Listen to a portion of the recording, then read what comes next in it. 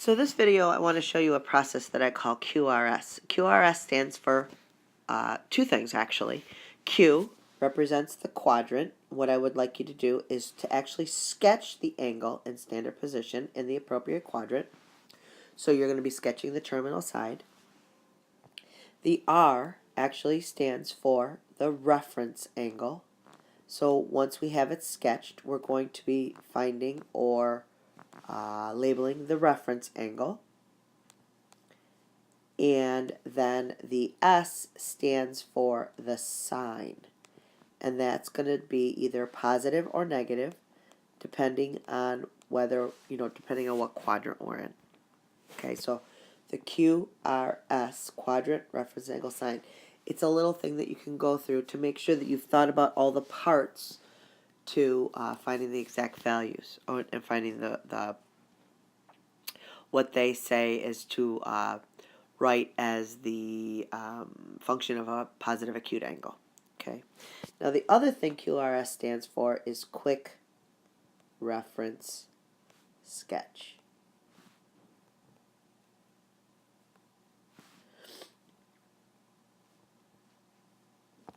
Quick reference sketch.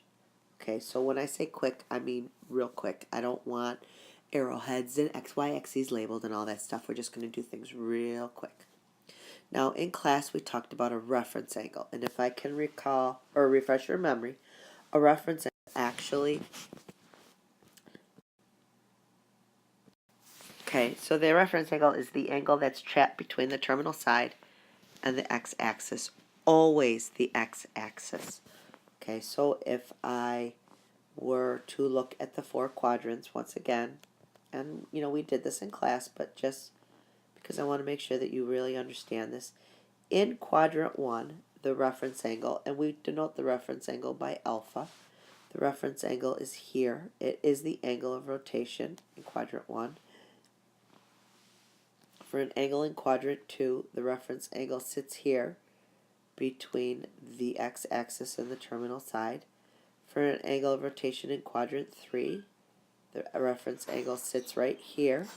And for an angle of rotation in quadrant 4, the reference angle sits right here.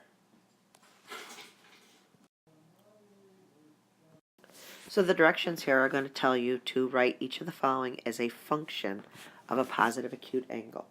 The idea is that you have to have the function as part of it. The positive acute angle is a fancy way of saying reference angle. So I'm just going to write that down here, reference angle. That's what that means. And so when you see this verbiage, what you want to know is that we're going to do this little QRS process, okay? So here's a good example. Let's say I ask you to find the sine of 200 degrees, okay?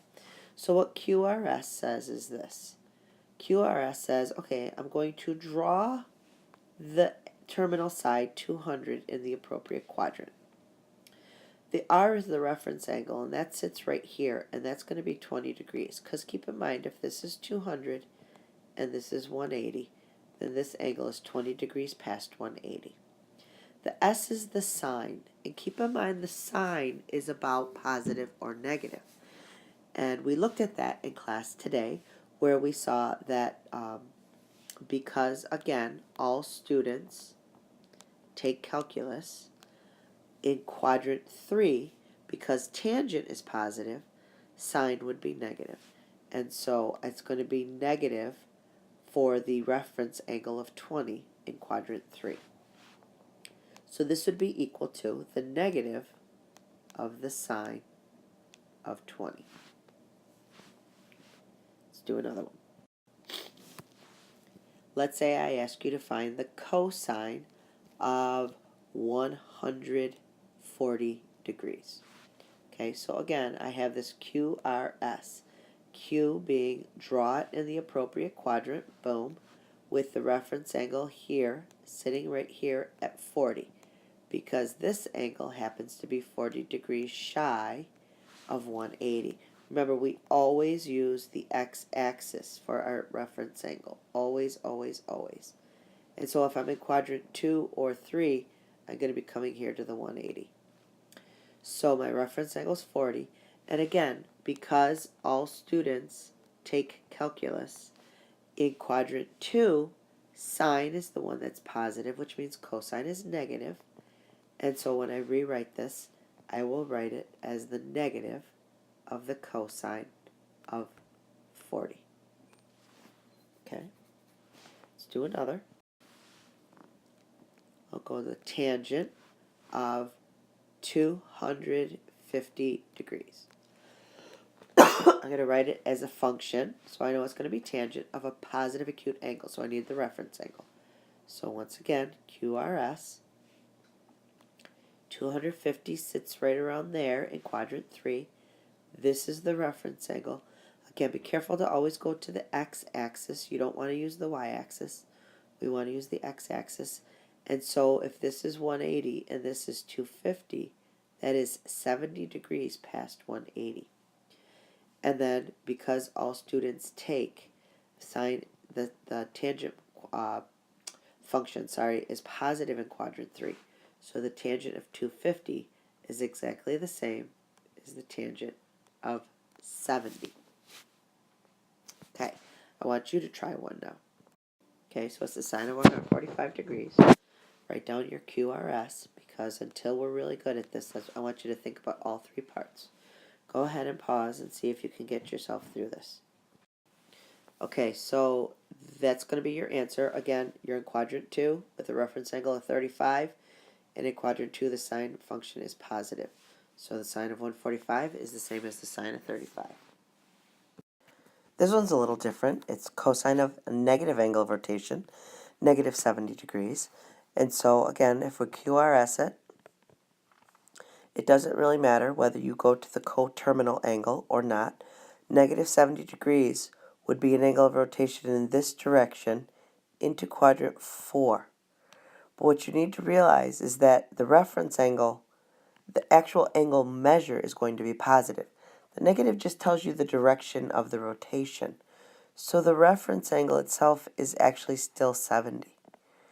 And because all students take calculus, because cosine's positive in quadrant 4, I would tell you that the sine is positive.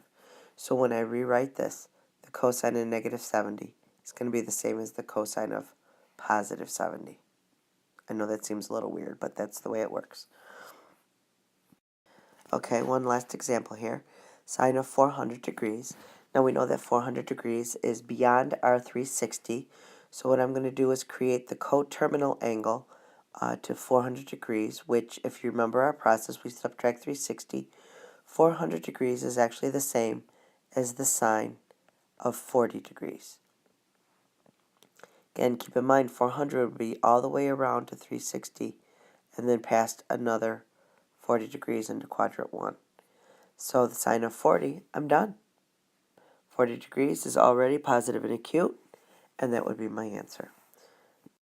Okay, so here's 2 examples that I'd like you to copy down. You're going to pause the video, copy these down, QRS them, see if you can write them as the function of a positive acute angle, and then when you begin the video again, you'll see the answers just to check to see if you're right. Okay, so here's your answers. For the sine of 230, that's the same as the negative sine of 50. And the cos of 100 is the same as the negative cos of 80. Hopefully this makes sense to you.